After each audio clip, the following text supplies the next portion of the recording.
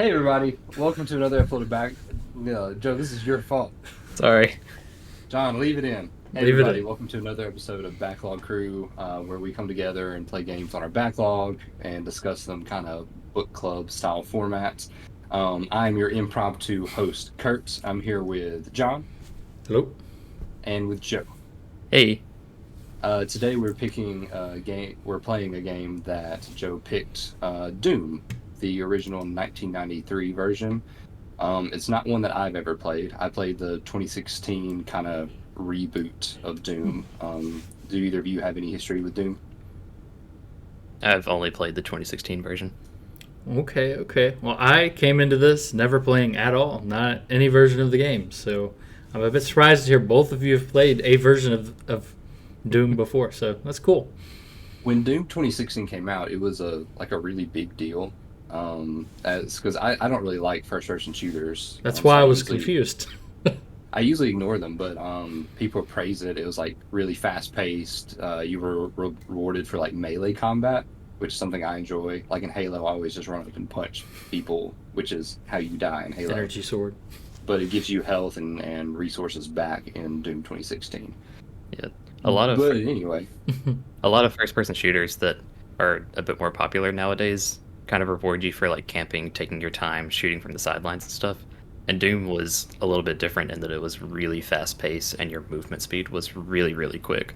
So it rewarded you for like getting up close and killing enemies and running and jumping all over the maps. And I thought that was interesting.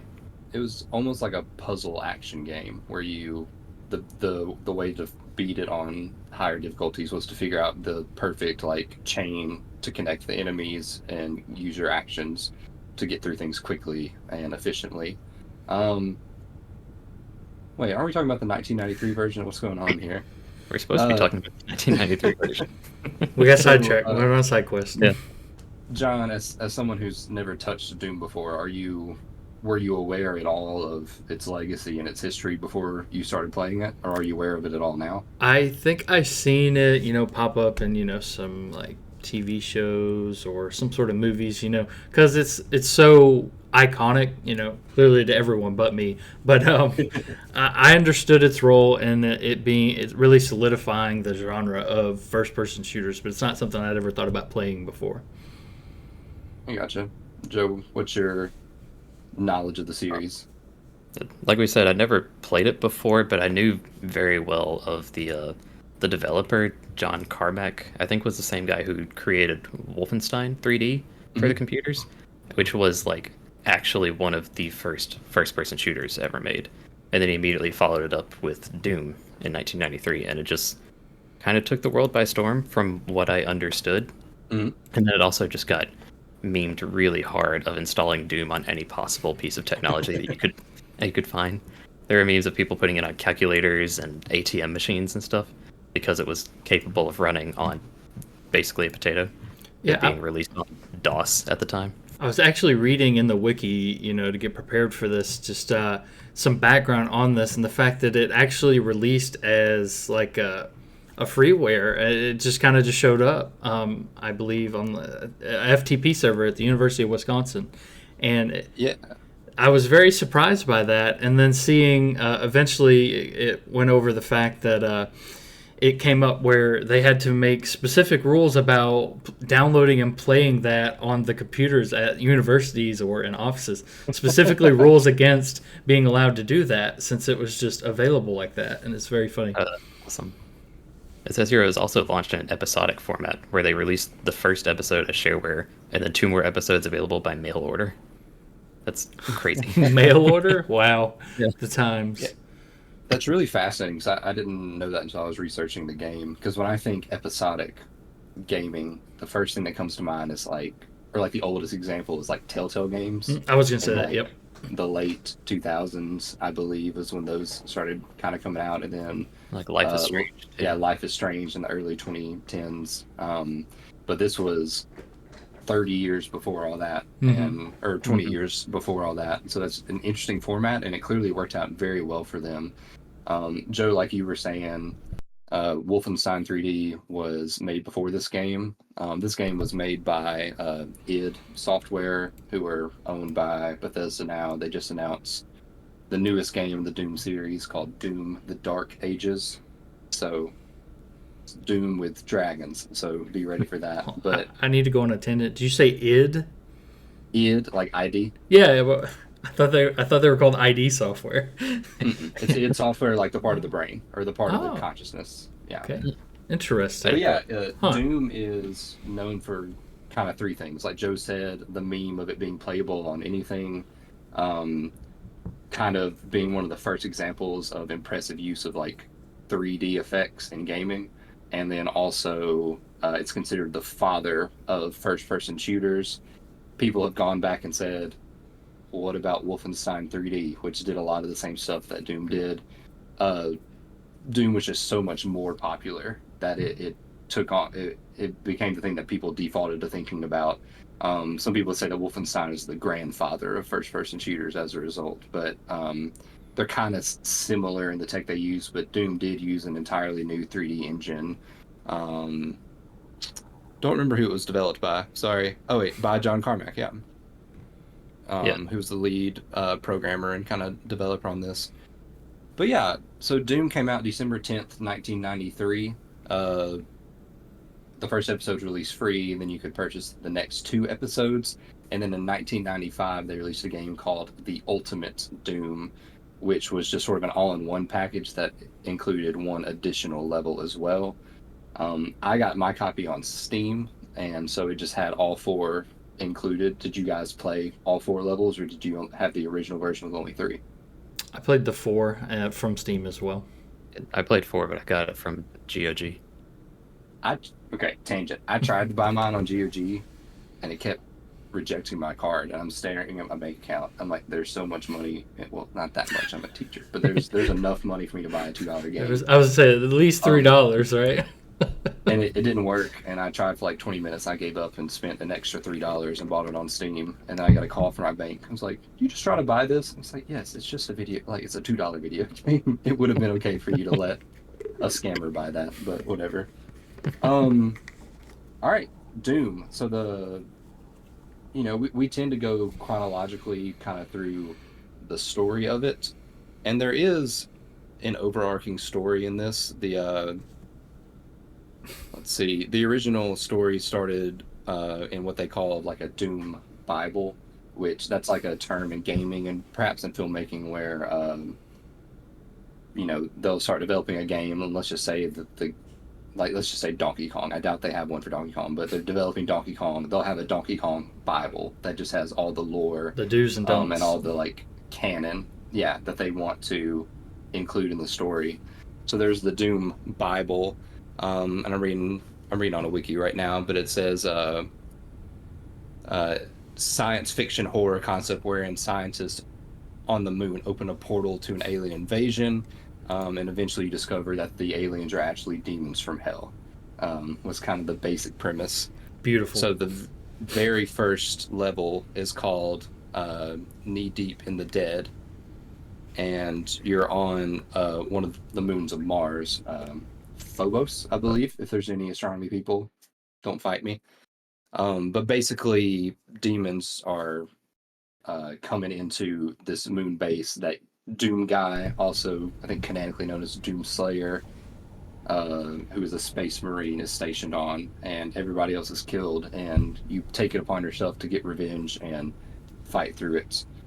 I'm going to let one of you guys volunteer to kind of explain the gameplay mechanics of it. It's a first-person shooter, so there's not too much creativity in the gameplay mechanics themselves. You don't have anything other than running and shooting, and I guess aiming, moving your mouse around and whatnot. And two very important things: you can move left and right. You can't move up and down. And as someone who's terrible at first-person shooters, that's just a blessing. It's actually a little bit forgiving because you cannot aim your gun up or down. Mm-hmm. So if you have enemies that are off in the distance and they're like 20 feet above you, as long as they're on screen and you're firing, your bullets will go up to them, or down to them if they're lower. And there are some times, Joe, I know I asked you to speak, but I need you to wait just a second. There's times where there's like a building in front of you, and there's like a little window at the top, and they're like shooting down at you. even if you can't see the enemies, if you're aiming like through the window, you can watch the reticle. And Yep. it'll just turn red and just like bam, and then you hit them, even though they're not on screen at all. You guys It's had a reticle? Yeah. You guys had a reticle? You didn't have a reticle? No, I didn't have a reticle. That was a Steam and GOG like default I don't know. settings options. I do want to ask about the controls on you guys. What were the keyboard controls for you guys? And did you have WASD? Yeah, WASD. Did A and B make you move left and right, or did it make you turn? Move left and right. Are you asking if we had tank controls? Yes, that's how it was on GOG. Yeah, you had tank controls. It started you on. Imagine playing a game this fast-paced. It was on number pad, where forward and backward move you forward and backward, left and right turned you, and you had to hold Alt and then use left and right to actually strafe. I'm glad that I didn't have to deal with that, or I probably wouldn't have finished it. That sounds But it annoying. started up a DOS window where you could go into the DOS settings and change the keyboard controls. Oh, okay. So I went in there and remapped everything to WASD. But I couldn't use left shift to run. I had to use control to run because it just didn't recognize the left shift key. That's pretty crazy. Yeah, my fingers were cramping for a while. Yeah, no man, on the Steam version, shift is run, WSD move, shoot with left trigger, and I think that's spacebar was action, I think. Yeah, spacebar. Yeah, so yeah, and that's all the buttons. Pause with escape. Mm-hmm. We had quick save. Joe, did you have quick save? Oh yeah, I did, but the save button was just as fast. So I had save on F2, and it brought up the save menu, and I could just press enter to save, or I could press I think F9 to quick save, and it asked me if I wanted to quick save, so I'd press enter. I was like, it's the same thing, and either way, I just press one of the F keys and enter, so I'm just going to use the actual save menu. That's weird. Whenever I would quick save, it would just pop up in the corner like quick saved. I don't think I quick saved the whole time. I think I manually went in and saved like. I save summed so hard in this game. Oh, me too. So like Joe said, you're running around, you're shooting. There are 6 different types of weapons that you get going through it. There's the pistol, the shotgun. I don't know what they're all called. There's like an assault rifle, chain gun kind of thing. There's a rocket launcher. There's a plasma cannon. And then there's the BFG. I'm going to let you fill in what you think that means. But it's very strong, and I got it one time because it's like a secret gun that you have to be really meticulous to find on a given level. I also got it one time. I think I got the chainsaw too, twice. which I used to chainsaw a lot. Mm-hmm. Oh yeah, the chainsaw also. That kind of you also have your fists, but if you get a chainsaw, it replaces your fists because I guess the fists aren't that good. So while we're talking about weapons, which one was your favorite? You'd say through your playthrough? The shotgun easily. I was to say it's a shotgun for me. I use it the whole time. I'm glad I'm not the only one who used the shotgun. Which leads me to my next question. There's 4 difficulty levels. There's I'm Too Young to Die, there's Not Too Rough, there's Hurt Me Plenty, and then there's Nightmare? I think there's one after that as well, isn't there? Oh, is there one more? I think there was 5. Yeah, I thought okay, I have here. Wait, hold on, which one am I playing? I don't know which Doom I'm on, but I have I'm Too Young to Die, Hey Not Too Rough, Hurt Me Plenty, Ultraviolence, and Nightmare. Yeah, I thought there were 5. Okay. Yeah. I played on the middle, Hurt Me Plenty. The whole game? You beat the whole game on that? I decided to stay consistent with that and just do the whole game in that same difficulty.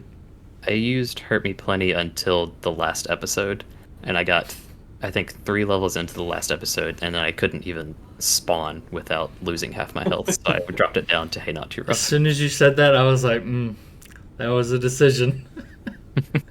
Yeah.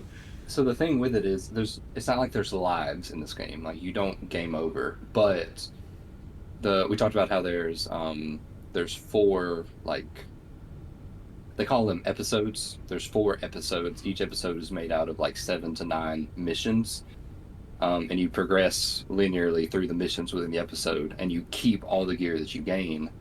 So if you find a shotgun in the first mission of the first episode, then you keep that.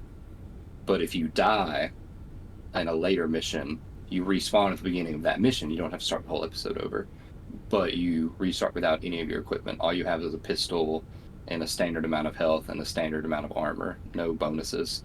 So it's in my experience, it was really tough to like bounce back from that because I could usually make it until about the sixth or seventh mission in an episode, and then suddenly I would be with nothing.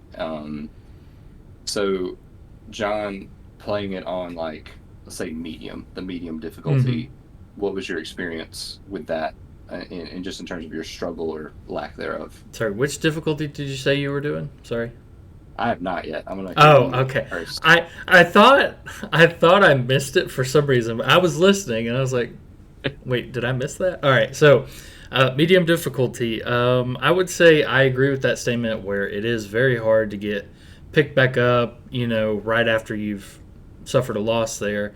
And so ultimately, I did use the save system for that. And I made frequent saves throughout because I hated to lose that progress. It's just like any RPG game that you would go out there and play. I hated losing that progress, and so I was making saves to combat that. I would say I only dealt with it maybe once or twice, and at one point I decided to play a whole entire level back because I forgot to save because I thought it would be easier than actually trying to do the level I was on with no equipment. So it's definitely something that I found as a negative to the game, so I decided to just use the saving system to go around that. Sure. I played the first level on because again, I don't do first person shooters. I'm very bad at them. I just don't succeed. So I started on Not Too Rough, which is like medium easy. And I got through it pretty well. And I'm like, that's not too bad. Let me see what this game's supposed to feel like. And then I put it on just the medium difficulty. That hurt me plenty. And went through the second episode, got all the way to like mission 6 or 7, and then died. And I was like, huh. And so I tried it again, and obviously I didn't have any equipment, so I just kept dying over and over. I was like, when was my last save? It's frustrating. I hadn't figured out how I should be saving this game yet. Because the first episode I just kind of waltzed through because I was on easy difficulty. I didn't have to save often. And I was like, oh, that's like an hour and a half ago. I would have to redo several missions. I don't want to do that. Yeah. On this difficulty. So I put it away. I came back the next day and I was like, I still don't want to redo it on this difficulty. So I just exited the mission, lowered the difficulty back down to Not Too Rough, and then just played through it. Then I got to episode 3 and I had the same problem on that difficulty level because, at least in my experience, episode 3 is by far the hardest one. Like episode 4 was not as hard as episode 3. And I think part of it, and we can get into the weeds of it in a second, is episode 3 has like the worst map designs out of the 4 episodes. But anyway, I was like, I can't do this, and so I bumped it all the way down to I'm Too Young to Die, and I played the last 2 levels or the last 2 episodes on I'm Too Young to Die, and I had a fantastic time. It was hilarious walking up to the strongest enemies in the game, shooting with a shotgun twice, and then just stepping over their corpse. I will give you some credit. This game is a lot more fun when you are just flying around destroying everything. That's what's made for, right? There are a lot of times where it really feels like that. It gives you like a plasma gun and a ton of smaller enemies, and you just mow through everybody running at 1,000,000 miles an hour. The most powerful I felt during this game, it was not due to skill at all. I had saved in a bad place. I had 4 health. I could see the exit. I was like, let me just save in case something stupid happens. And this is in the last episode. Like the cybernetic Minotaur demon that was the boss of episode 2 is just in the level. He walks up between me and the exit, and I like hide behind a wall real quick. And I was like, all right, I'm just gonna run for it. I know where you're talking about. This way. And I ran and accidentally ran into an invulnerability power up, and I was like, oh. And so I just sat there and pulled out my rocket launcher. It's clobbering time. I was standing this far away from him. I was like, bam, bam. And it was really empowering. The developers, they put in cheat codes like invulnerability and the ability to walk through walls and have all the weapons and stuff like that. It's really a 90s thing, I'd say. Yeah, they put them in as developer tools, and then apparently they just like left them in. So you can still access those with the game now, I didn't know that until after, and I'm not sure how to input them, but I think it's really interesting that those tools are there. I didn't know that either. But real quick, before we get away from difficulty levels, I Yeah, played do it. difficulty levels for this game, and it has what they're listed as in the source code, and they're all SK underscore, and then from the top down, baby, easy, medium, hard, nightmare. I'll be a Just wanted to baby. point It's that out. okay. That's okay. That's funny. Should we cover the plot of this game just because it's like a paragraph? Sure. Yeah, Go for it. yeah. So the basic plot of this game, I think we talked earlier, is you're on a moon base on one of the moons on Mars called Phobos is where it starts out, and they start messing around with teleporting and bring in a bunch of demons. Doomguy is brought there as a base on Phobos urgently requests military support. So you go around, you kill a bunch of demons. They get really mad and they go to the other moon on Mars called Deimos. So Doomguy runs over to Deimos, kills a bunch of demons. They get really mad, and then he chases them into hell itself. From what I read, Yeah, so so he goes down the to hell. I think you went to Sorry. Earth The first, language- right? no. The Oh. language of it is Doomguy realizes that Deimos is orbiting over hell, and he Yeah. repels down into hell. And I was reading this to my wife, and I was like, "How do you repel down from a moon?" And her theory was that hell must have stronger gravity than the moon does. Well, it had a picture, right? It was just like a floating island right above it, like Angel Island from Sonic. That's a Yes, logically you're right so far. sound, hypothesis she has there. So I agree. Yeah. She's very smart. So anyway, you go into hell, you beat up a bunch of demons, you kill a giant robot demon spider, and then the demons go, "You suck," and they open a portal and send you back to Earth. And Doomguy's like, "Man, I really hope they don't come to Earth." ... I remember reading that. Yeah, I was like, what? And then episode 4 starts, and it's like, "Oh no, demons are all over the Earth now, and they killed your rabbit." So you Yes. go around and start killing demons again. That single line made me love this game so much more, because it's so self-aware of what it is. I'm like, this is just kind of a gory mess, but its attempt is to be hilarious. It's not taking itself seriously at all. I cannot believe that the justification's like, well, time to go kill all the demons that exist on Earth was because they killed his pet rabbit, apparently. Have you ever seen John Wick? That's the premise of that movie, except a dog. So. Well, now I don't have to watch John Wick, because now I know. No, I'm Well, just kidding. I was I gonna did say know that's that part. that's not a major plot point, Really I'd say. Well, Like the first 10 minutes into the movie. yeah. Yeah, Joe, thank you for that summary. It's literally 3 paragraphs on Wikipedia. That's beautiful. Thank you. It was Shakespeare that wrote that, I believe. Well, and a quarter of that is just because we played the newer edition with the last episode. I read somewhere that Doomguy or Doomslayer, the reason he was sent to Phobos, and Joe, forgive me if you said this, he was sent there as a punishment because he disobeyed an order from a superior officer to kill civilians. Yeah, I'd seen that in the wiki I Yeah. was reading. Yeah. And it's like, After assaulting a superior officer who ordered his unit to fire on civilians. yeah, So he's actually the good guy. he's a great guy. Single-handedly holding back the the army of hell. So he's doing a pretty good job. And Joe, do you remember is Doom 2016? Is it a true sequel or is it a reboot? Do you remember? Well, there's like 5 more games in between those, right?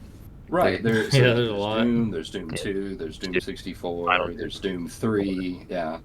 Then Resurrection, then 2 RPG, then 2 No Rest for the Living, then 3 BFG edition. And then Doom 358 Days Over 2 and something like that. Yeah. 3 Chain of Memories. Exactly, Yeah. yeah, yeah. Donald Duck There. comes in, kills Goofy, and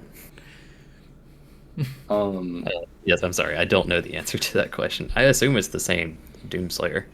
yeah, well, that's the reason I wonder is he because at the beginning, I remember you're in an operating room kind of thing, or maybe like a test tube. So I'm trying to figure out if they were he's so awesome, we're going to cryogenically freeze him or whatever. But then I remember, spoilers, Doom 2016. Okay. So the final boss of the original Doom, which would be episode 3, was the giant mech spider demon. And that's also the final boss of Doom 2016. So that's what I'm trying to figure out, if it's like a retelling of the events or if it's a true sequel. Because I mean, they bring the spider boss back, and it's the final boss of episode 4 as well. So I guess it doesn't really matter. Mhm. The first line of plot for Doom 2016 on the wiki says that somebody awakens the Slayer. Okay. Yeah. Maybe he was asleep. I mean, his bunny was dead, so he probably was just like, yeah, just put me to sleep till I need to kill more demons. My rage is What if not satiated. dude just wakes up and then hell teleports all around him? It's just another Tuesday. Like, last little bit of story that I can think of that might be relevant is, I'm pretty sure technically episode 4 uh, was made as kind of like obviously the whole game is a prequel to 2, um, but I think it's like directly ties into the immediate events of the beginning of Doom 2. Yeah, I think So you're it was right. made to kind of bridge 1 and 2, so that there was less of a gap in the narrative, I guess. Quote unquote narrative. I mean, there's a Doom Bible, man. I don't know what you want from me. This Reddit Yeah. argument from 6 years ago says it's a continuation. So hope that Okay, helps. cool. So it is in fact a sequel. That's what some of those people say, and people on Reddit don't lie. So That's Yeah. They never have. Never have, never will. The text screen for the last part of episode 3, it literally says a hidden doorway opens and you enter. You've proven too tough for hell to contain, and now hell at last plays fair. For you emerge from the door to see the green fields of earth home at last. I just think that's hilarious that they just kick you out of hell because you're too terrible. The devil's like, we got to get him out of here. We gotta spawn that door for him. I did think it was interesting that you never actually fought like Satan or anything. You fought like a spider demon. That is strange, especially because they're not like id Software is not afraid to be touchy. Because I could see some people being like, you don't want to okay, I'm a Christian, so I can say this, but like, you don't want to upset the Christians by having the they devil. already did. Yeah. But like, I mean, fair enough. But like, I'm pretty sure in one of the Wolfenstein games, I think Wolfenstein 3D, the final boss is literally like Hitler in a mech. So Yeah. I don't know why they'd be worried about offending anybody. But I thought that was strange as well. I'm pretty sure the spider demon is like the captain of the demons that invaded the moon bases. Yeah, maybe so. None of this is explained in the game. It doesn't really need to, though. It doesn't. It's just good fun. I didn't know for the longest time why some of the enemies were like humans until I looked up and realized they were just humans possessed by demons. Thought they were undead, They are zombies, is what I was reading. like zombies, because the first mission is literally called Knee Deep in the Dead. Mm-hmm. Mm. I think most of the enemies are undead. Yeah, I Well, I guess. think it's just the humanoids are undead, Mhm. and then I think everybody else is a demon, right? Like the fireball guys are demons. Mm-hmm. What's your Yeah. favorite enemy? Mine is the the Chewbacca guys. big beholder. I like the beholder. Hmm. Once I got a chainsaw, I started really enjoying fighting I guess they're actually the ones that are called demons, the pink dudes that like run around and just like gnaw I was at like you. the bull guys. Yeah, I hated when they were invisible though. That was They did the that most so annoying- much. Yeah. Yeah. Oh my! so much. And one of the times they do that, if I'm remembering correctly, it's a mission where the lights are flickering rapidly on and off. Yeah. And so it's really Yep. dark, and so you can't see anyway. So, All right. So the Cacodemon is my favorite. Just the big ball that disintegrates into blue guts. The when bomb you from Final Fantasy. kill it. Yeah. That's I thought it looked like a bomb too. yeah. So apparently, that's a Cacodemon. The Minotaurs are called Hell Knights, and the boss is the Baron of Hell. And then the robot one is the Cyber Demon. So I'll say the Baron of Hell. It's the first boss you fight is two of those, right? yes, Yeah, I'll say them. That's fine. I don't know what this image I just pulled up, but there's apparently melee imp, small hit scan imp, really big imp, big imp. I think you're probably on a newer game. I was gonna say I didn't I see any guess- differences between any of mine. I think this is a fan page. What's Yeah. funny, these monsters, the ones are just called Shotgun Guy. Yeah, they are. That's what I would Um, call it if I was making a game. True, true. you also have the Lost Soul, which is kind of more like a bomb from Final Fantasy, where it's like a flaming skull that charges you. Hmm. And I always thought they were going to explode, but I always killed them. So I don't think they actually do explode. I But for a while there, I thought they weren't doing any damage to me, but I just wasn't paying attention enough because then I started taking damage from them. I'm like, oh, you actually do something, which makes sense, you know. so while we're talking about enemies, were there any enemies in particular that gave you much trouble? Like consistently, or That's- just a boss fight maybe? The one I Honestly, find the old- most annoying is the cyber demon. Yeah. The soldiers were giving me a lot of problems because I would just be standing still and they were the ones that could instantly hit you. And it Mhm. felt like they always hit you. Yeah. Whereas the Soldiers? Which ones are they? undead guys. Just the like shotgun guys. I Yeah. gotcha. Yeah, because Yeah, you couldn't those even guys. you had no visual like with the imps. You know, they throw the fireball and you can dodge it, but with the soldiers, they just hit you and you Just, just like, take instant. damage. Yeah. There were a couple levels in episode 4 that were just huge, wide open areas with tons of them everywhere, and it's like no matter where you were, you were gonna get hit 5 or 6 times in a row from them. Yeah, That one was was rough. frustrating. Did you guys have any trouble with the cyber demon boss fight at the end of episode 2? I died a few times there, but it was only because of my stupidity. At one point, I realized that backing up into the pillars causes you damage. The pillars hurt Does you. Yeah. Huh. The pillars that have faces on them cause you damage when you touch them. Yeah, there was one door, I think in episode 3, that just hurt me every time I walked by it, and I could not figure out what was going That's on. why. Yeah, that was the only time I ran into that. I So don't think I had that much trouble with Cyber Demon, but the Spider Demon, I didn't realize I was fighting a boss for a little while because you started out yeah. on an arena where it would like drop down into a bigger arena, and I just stayed on the top and like started going around the outer perimeter, and you fought one of the bosses from Yeah, it was a big room. It's the first time you see the Yeah. spider demon. Yeah. and I just started collecting a bunch of rockets, and then I turned around and I saw the Spider Demon from like a mile away, and I just started unloading rockets, and then it just ended. And I was like, ah, I don't even know what this guy looks like. He just vaguely looks like a spider from a distance. Funny enough, the spider demon is very easy to cheese in the boss arenas it's in because I think you only fight it twice. But in both of those fights, there are pillars in there, and it has to see you like a turret. It has to see you for a second or two before it starts doing damage to you. So you can peek around the corner, shoot it with a rocket, and then hide behind the pillar again because whatever attack it does doesn't take into effect, but maybe like a second after you see it. But you can already shoot the rocket and move back. So that's what I did. I literally don't think I ever saw the Spider Demon attack. I gotcha. Because the first time I fought it, it was super far away, and I was just unloading rockets. The second time was in episode 4 after I'd already lowered the difficulty once. Right. Okay. So besides the weapons and ammo that you can pick up, obviously there's also health pickups. Picking up items is kind of a big part of the scoring of this game, which we'll talk about in a second. Mm-hmm. But there's also an armor rating, and I never super figured out how that worked because I was reading some interview stuff, and they talked about how at one point they had a secondary armor meter that would be extinguished before it started damaging you, kind of like in Halo.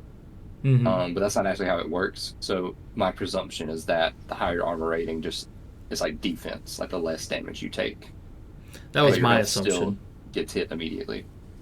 I had it open in one of these tabs. I think what it said it did was it just blocked 1/3 of the damage that you take Oh, there you until go. it runs out, and then you start taking entire full damage. I guess that makes sense. Yeah, that math is pretty easy. So I think that's how it worked. that's pretty clever. But yeah, I think it's really funny because some things make sense. Like you find a better chest piece, and all of a sudden you have like 200% armor. But then there's also some rooms that just have 15 helmets lined up in a row, and you just walk and pick up each one. And every time you pick up a helmet, your armor goes up by 1. So I just like the idea of Doomslayer just having a Extra giant helmets. tower of Yeah. helmets on his head. A la hot dogs from Undertale. What's interesting, I learned while playing, is that you should pick up the green chest pieces first because they max out at 100, and the helmets don't cap you; they just bring you 1 point up. So you can actually go over 100, and then the blue chest piece, I think, puts you way up above It 100. was at 200, I think. Yeah. Oh, does it max you out every time? Oh, okay. I think so. Yeah, the blue chest piece does. It gives you 200 Okay. immediately. Same with the blue eye looking thing that maxes you out your health at 200. Right. Okay. So the levels in the game, or the missions, they start out as just sort of shooting galleries, and you're running from room to room. And then they add a little bit of exploration where there's 2 doors, but one of them is locked, so you have to go the other way and find the key, and then backtrack back. And sometimes enemies will spawn in rooms you've already been through to kind of surprise you, and you use the keys to progress. And then eventually you start with just blue keys, then you get blue, yellow, and red keys. This is all well and good, but by episode 3, it just becomes a full-out maze. Like, there's like 7 different doors. There's some of them literally seem to go nowhere, or some of them go to dead ends or secrets. Which again, we'll talk about the scoring system in a second. So that's important if you're trying to get like max points for your scoring. But did you guys have difficulty in any particular episode in terms of just making it through the levels, not in terms of dying, but in terms of figuring out where you're supposed to go? Yes. Yeah. One in particular, and I need to see which one it is. What? Episode 2, Mission 2 Containment Area was the first time I looked up a walkthrough, which was the room with like the giant box maze, basically. Oh, I remember that one. That one did take a while. I agree. That was the first time that I looked up a wiki. And I think episode 3 was the first time I realized that you have a map inside the game. So I picked up maps, and I pressed a lot of buttons on my keyboard, and I looked on the pause menu, and I just didn't see where to find the map. On mine, if I were to press F1, it brings up a screen that has a list of every button and what it does. And then I saw that there were like map buttons and you could place markers and stuff. And I was like, what are you talking about? And then I started pressing more keys and I realized tab brings up a map that fills in as you like progress through the level. Man, my finger was right next to tab the entire game. I never even thought to press it. Yep. But yeah, I would pick it up and I'd be like, all right, I need to remember that, but let me kill the guys in this room real quick, and then I would just move on and forget. This game started getting to a point of where Ryder complains about Metroid, where it feels like you're just kind of walking into walls that look just like every other walls. Mm-hmm. There were a lot of points where you would just like, I would be riding the walls, just spamming the space bar, hoping that a secret wall would open up. And there were times where that was exactly what you had to do. And that really annoys me. And there were times where they would... So it starts out, you space to interact and use it to open doors. That makes sense. And then eventually you can use them on certain lifts to lower them. Mm-hmm. But not all lifts. And it just seems arbitrary which ones you can do this for and which ones you can't. There's also switches. And they start out looking like switches, but then as you get into like further into hell, they're just like skulls on the wall or faces on the wall, and a lot of them are decorative, but some of them are switches. There are different faces on the wall. And when you press them, there's no indication. And I'm not saying it has to be like old school Zelda, where when you step on a switch, the camera goes and it shows you like what happens in the room and then brings it back to you. But like, give me something. Like, something in the environment should kind of draw my eye to what happened, because I would press a switch and then I'd wander around 30 minutes trying to figure out what that switch did and if it helped me at all. That happened all the time to me, too. I think it was one of the... I'm sorry, John, did you have a level that you wanted to talk about? I was trying to find it. I can't seem to find it. It's the level where you start in open area and... Basically, the entire map has poison lake around it, and then there's a few barracks that you can go through full of enemies. I know what you're talking about. It took me so long to figure out where that key was to get to get the exit door to open, and so I ultimately had to find a walkthrough because I just was not finding it. I checked every building multiple times, could not find it. I probably have over 30 minutes just on that one episode, trying to find where to go, and then I ultimately just looked it up because I couldn't find the key, and I found everything else is what it felt like. So I think that was in episode 3. I think it's called Mount Erebus, but I was trying to find it. Yeah, that looks like it's Mount Erebus. It's episode 3, mission 6. So It's 2 before exactly the what we were boss. talking about when you said it was the one with the Oh, around you. that was the. Oh wait, never mind. That was episode 4. I think there's a similar level in episode 4 where it's like you're on an island surrounded by lava, and I was like, what do I do here? And I like was reading the wiki like walkthrough, and it was like run across the lava to this spot, and there's a secret door. I'm like, what do we do? There are a lot What of are we places where doing you here? just have to run across lava or Mhm. poison or whatever. And they would give you suits that Mhm. like Yeah, made you invulnerable to it, but those suits ran out, yeah, and a they're lot of limited. times it was still so mazy, and they don't respawn that I would just be out of luck. Right, and then Um, I actually had a least favorite level as well. oh If you yeah, would like me to talk about that one. go for it, dude. I'm So looking for that would mine. be episode 4, mission 2. It's called Perfect Hatred. So this is the mission where you start out on a platform, and right in front of you are 2 different jumps you can make, left and right. And they're basically these pillars over a lava, not lava, over Poison Lake. Oh yeah. And it's a very small condensed map, but it's very puzzly in the fact that, like, at one point I jumped to the room to the left. This is apparently the way you're supposed to go. And I jumped down in the hole, and I grabbed the suit on the wall to not take poison damage. And when I did that, apparently it opens a walkway on the side, but that's the only way to do it. And but I didn't realize that was what was doing it, so I tried to just ignore that little section and just run past it, and then it was the wall was closed, and I was like, well, how did I do that a minute ago? And I ultimately figured out picking up that suit is what makes that open, so I could go up the stairs and loop back around. But anyway, the frustration with that level was, what's the name of the enemies? The Cacodemons? No, the what's Big blobs. no, what's the guy that you fought? The 2 twins, the Barons of Hell. That map Yeah. had so many Barons of Hell for how much ammo you had. Basically, I had to leave a few alive in that left room I was just talking about. So you can grab a key from that room, and it is guarded by a Baron of Hell. I ended up grabbing a plasma gun, and it makes pretty quick work of those, but you're limited in the amount of ammo you have at that point because you're only on episode 2, so you're not fully kitted out, or at least I wasn't. And so I killed the one that was guarding the key, and I immediately jumped down into the hole to run away and leave the other 3 that spawn behind you after you grab the key, because I was like, yeah, I don't have enough ammo to kill all 4 of these.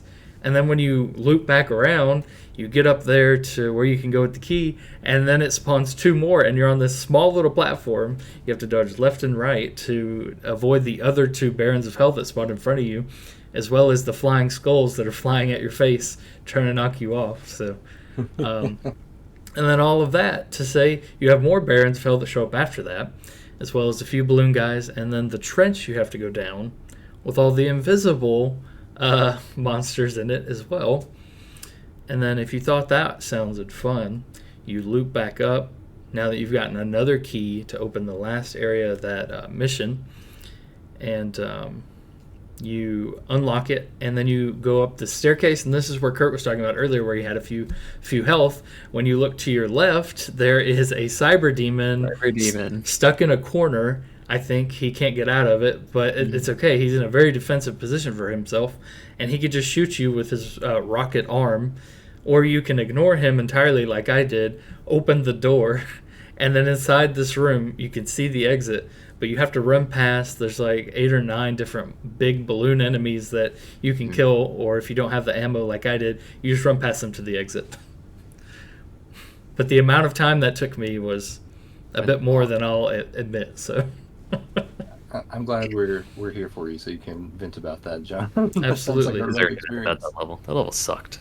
yeah, That kind of confirms my suspicions, where not only do the enemies have less health and you probably do more damage or take less damage, I think on the easier difficulties, or the different difficulties, different enemies spawn.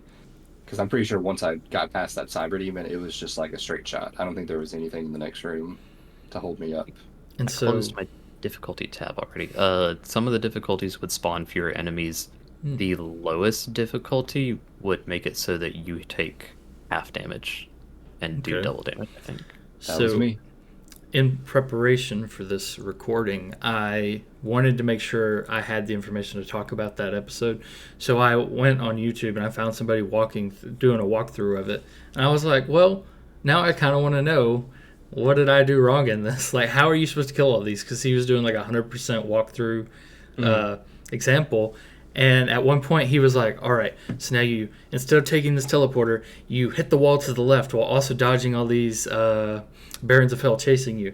Click the left wall, loop around to the back side of the teleporter, go through the back side of the teleporter, teleport to this small hidden area, and then the left wall, walk up to it and click spacebar. He says, there's nothing on your screen showing you anything's there, but it glitches through the wall and lets you pick up the BFG sitting at the feet of the cyber demon. And then he's like, now you just jump down and make quick work of this whole area. And I was like, oh, so I'm supposed to know there's an invisible BFG in this wall.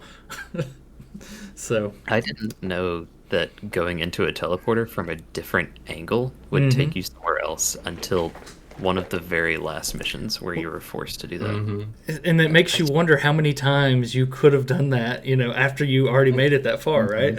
And it makes me wonder how much of me wandering aimlessly through a level was me like the wrong not having a side sense of direction, and how much of it was me being sent different places by following the same paths.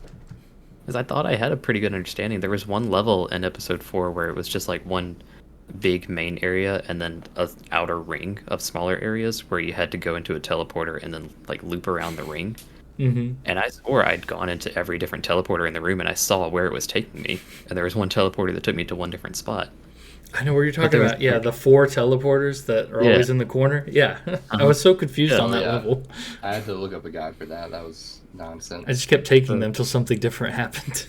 The one level that I think I probably hated the most is episode 4, mission 6, Against Thee Wickedly, where it was like that. There's one big middle room that's just covered in lava, and you have to get like a suit and run up to one random wall that if you tap spacebar on, it brings down an elevator. You stand on the elevator and it takes you to a teleporter that's on a column in the middle of the room.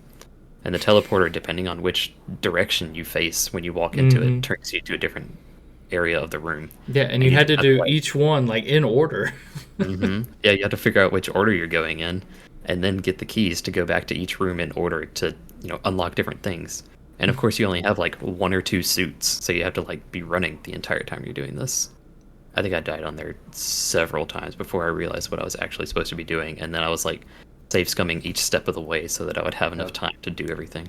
And the best part of that mission is at the end. Another cyber demon is at the exit. Yeah.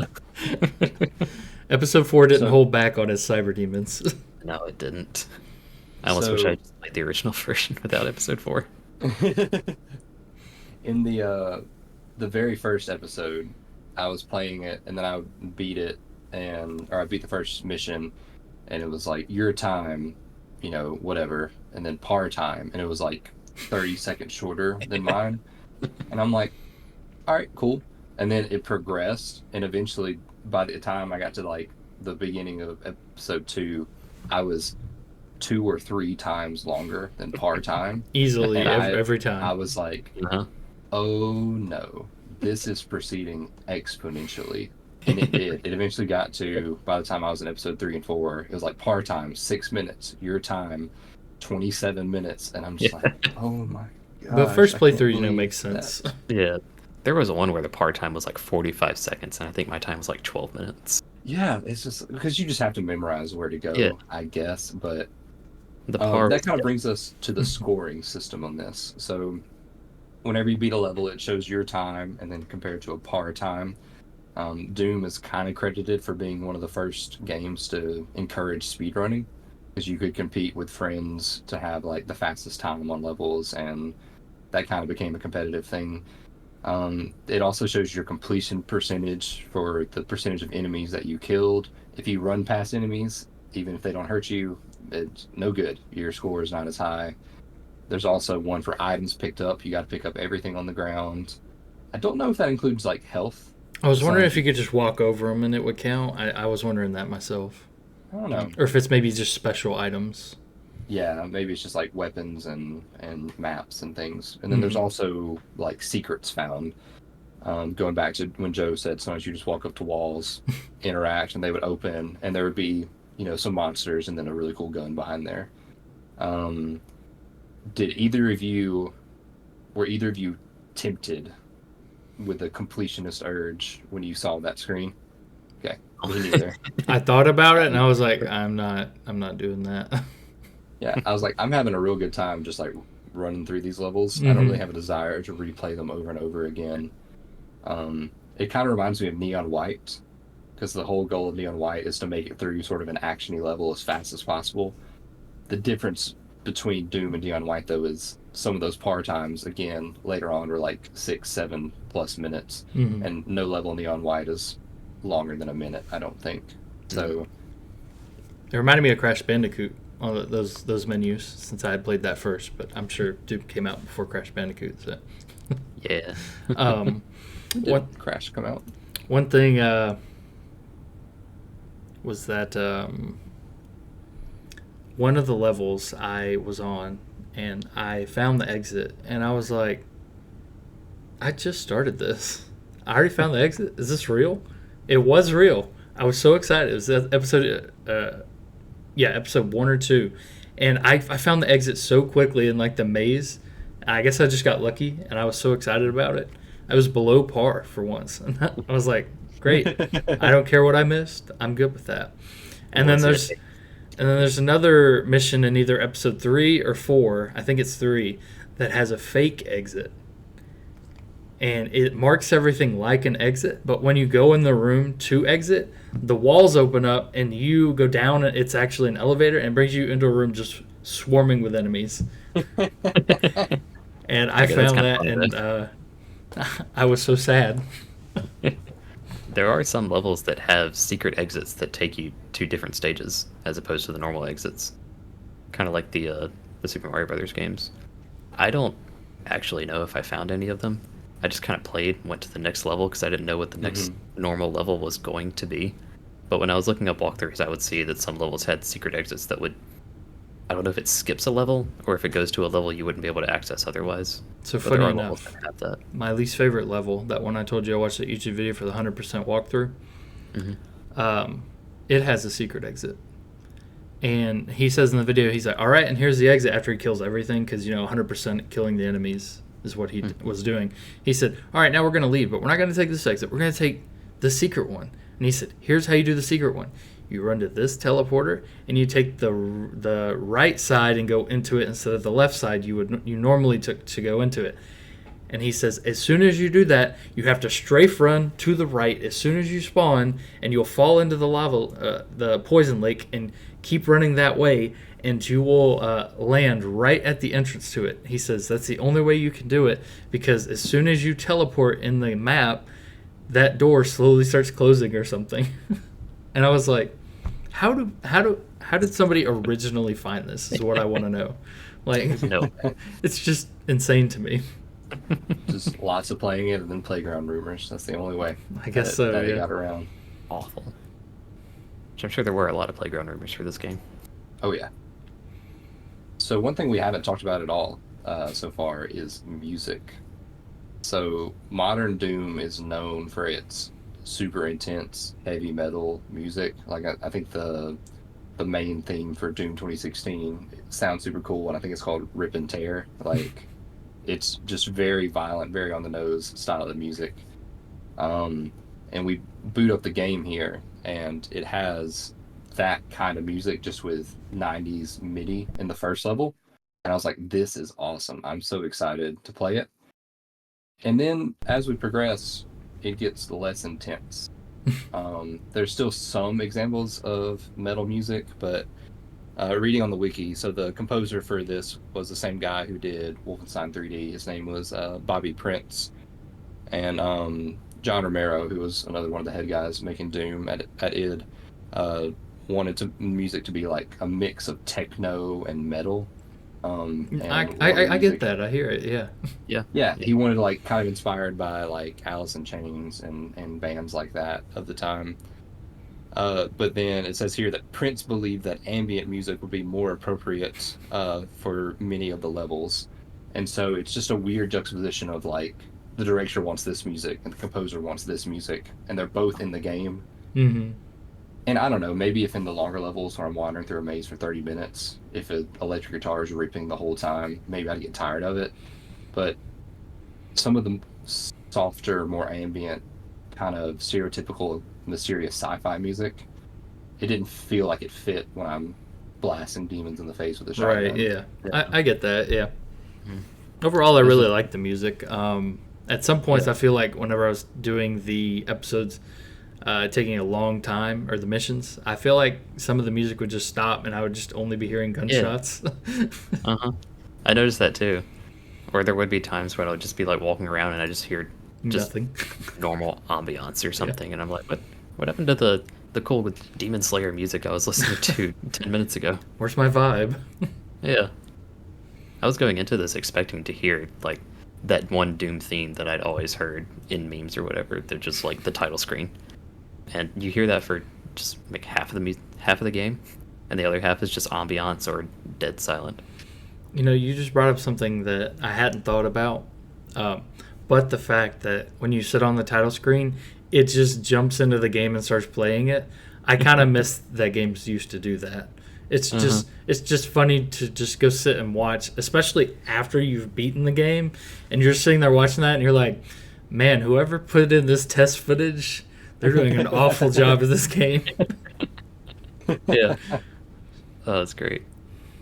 But yeah, I miss that. More games should do their when you sit on the title screen too long, it just jumps to somebody else playing the game. Yeah. The demo. Mm-hmm. I miss demos. Yeah, I hadn't thought of that, but yeah, I miss demos too. Yeah, more games, doing that on the title screen, more demos. Yeah. Anybody else have any burning comments on Doom? I don't think I do. Yeah, we My covered the overall- stuff I wanted to talk about. My overall feeling with the game is that, like, episodes 1 and 2 were really fun and really fast paced, and then 3 and 4 it starts getting more puzzly and just Yeah. unfair in its puzzles. I felt like, or its Mhm. level design just went crazy Well, actually, to a point where it didn't need to. one thing I want to talk about is I didn't have any problems in 1, 2, and then other than that one level in 3, that just took me a long time and I couldn't find where something was. I didn't have any trouble with those 3, but the fourth one, like that first and second mission, really got me in those, because that first one is very small, but there's a very particular order you have to do things due to the amount of limited ammo you have. And again, that was one where I had to ultimately run past a lot of those barons that popped up just because I didn't have the ammo to take them out. Yeah. And then that continued on into the second one. But it was so crazy to me because I had such difficulties with those first 2 in that episode. But after that, I feel like I just flew through the rest of episode 4. So this first 2 just really did it. And then after that, it was like, all right, back to the same problems we had in 2 and 3. Not really anything, just finding my way around. Mm-hmm. I Getting had a a- lot big part. Sorry, go ahead. No, you're good. I had a great time with episode 1. I was like, this is what I assumed Doom was like, just blasting and running through it. Mm-hmm. Episode 2 got a little mazy and a little challenging. I bumped the difficulty down, and I kind of made it through it. I really think episode 3 is the weakest of the episodes, just from the level design standpoint. And that could be in part because of when I went to episode 4, I did have the difficulty like all the way down. So maybe I was wandering, but because I was just blasting, I was still having a great time with it. I think my favorite one in retrospect is episode 4, because it did have bigger and more creative levels. Because the very first episode, it's a lot of flat ground. And as we go, it introduces like verticality. And by episode 4, you're running off a cliff, basically. It's kind of like jumping in a old school 3D Zelda, where you just kind of automatically go over if you're moving quick enough. Mm-hmm. And that was kind of neat, and you could kind of abuse that system and jump at weird diagonals. And I don't know, I had a lot of fun exploring in episode 4, and it wasn't overly punishing because I was on an easier difficulty. Yeah. Maybe that's the takeaway, is if you're having a hard time, just turn the difficulty down and it's more fun. What? That's just good advice for like games in general. Like, there's nothing wrong with lowering the difficulty. I do it in almost every game I play, and if like hitting a wall, then just do it. Nobody's gonna buy you a drink because you beat it on normal. Like, it doesn't matter. John's just laughing at us. Yeah, Well, John's like, I only I don't played know. Nightmare. Yeah. You made a good point because I never finished that lunatic run of Fire Emblem Three Houses. So I started up a hard run of Fire Emblem Awakening one time, and I was like, how am I supposed to do anything right now? I couldn't imagine trying to play Lunatic. Oh my gosh. I made it pretty far though, but it takes over an hour to do one mission. Whenever you do that, and if you mess it up, you have to start all over. So Hey anyway, everybody, welcome to our combined backlog crew of Doom 1993, Doom 2016, and Fire Emblem Three Houses today. and Fire Emblem Awakening. And Fire Dude, Emblem Awakening. We're skipping parts of the series. So I don't want to cut anybody off. Does anybody have anything else they'd like to say? No, I think we covered it pretty well. I think I'm good. I think I'm ready to give a rating. Mm-hmm. Okay. So Joe, on a scale of 1 to 12, what's your score for this game? Well, now I'm all No, for it. I was just going to give it a thumbs up. Yeah, in true Press Data Talk fashion, would you recommend somebody else play this game? I would recommend it. Yeah. Any caveats? Just That's it. full-on recommendation? And you can just do what you want to do. If you're good at first-person shooters, you'll probably be fine on medium difficulty. If not, just turn the difficulty down a little bit. Okay, thank you, Fine. Joe. Thank you, Joe. All right, Joe. I'd recommend this to somebody. So going into this, like the first level, I was like, I don't know if this is for me, but it's a short game. I'll get through it. The more I played it, the more I was like, this isn't that bad. I like it. And then I thought about it earlier today. I was like, I could play one of these levels again if I wanted to. So I'd recommend it. Especially because, like we talked about at the beginning of this, is that this is one of the founders of first-person shooters. It's one of those games, and so especially when it comes to historically speaking, you might want to try something out that really defined the genre. So yeah. Yeah, John, I think that's a fantastic point. There's definitely something to say for going back and playing games purely for like the history of it. Mm-hmm. And Doom is a really good example of not only is it historically important, but I think it's aged pretty well. Like, some of the level design, yes, I have complaints about that. But there's multiple difficulties, so it's never like kicking your teeth in unless you're choosing for it to do that. And it's really good fun. There's good music. The visuals are really interesting. What size window did you guys play in? Sorry, I forgot I wanted to talk about this. I was on full screen. Yeah, full Y'all are screen. I get extremely motion sick. So my window was 720 by 400. So it was literally like this big on my screen. On the And I had a GA, great. yeah, it only had the option of full screen or like a teeny tiny screen. Really? I played on a Okay. 1440p monitor as well, so it's like a Well, I mean, that's what my monitor is too, and Let's see. I like booted it up, and it boots up 32 full inches screen. maybe. It Mhm. boots up full screen, and I was like watching the autoplay happen behind the main menu, and I was like, gonna be sick. Let me immediately go in the settings and figure this out. It might anyway. have been 240p if it wasn't full screen on my version. It was tiny. It holds up super well. I would definitely recommend it. Try it on the normal difficulty. Don't be afraid to bump it down. Don't be afraid to use walkthroughs, especially for some of the later levels, because they're very mazy, and it doesn't speak on your like deficiency if you're having trouble with making it through some of those levels. But yeah, I would definitely recommend this. It's a really good time, and it's super cheap. You can buy it on sale for like $1 or $2. Mm-hmm. Mm-hmm. So with that was Doom 1993 to be specific. Thank you guys so much for watching. If you enjoyed this, we'd really appreciate it if you guys would subscribe. If you have anything you want to say about Doom, please leave it in the comments. Tell us that we're hacks for not getting a speedrun record on every single level and playing on ultimate difficulty or whatever. Tell us your favorite and least favorite levels if you Yeah. played it before. Yeah, that would be just really interesting to see what different people struggled with. But yeah, we do this a lot. We've played through Undertale to talk about it. Spyro the Dragon. What did we do most recently? Mega Man. That's fine. Yeah, we did Mega Man Battle Network. and we're about to play through Metroid Prime 2 and talk about that. So if you're interested, make sure you subscribe so you can get a semi-steady stream of content from us. Guys, thank you so much for talking with me, and thank you guys for watching. See ya.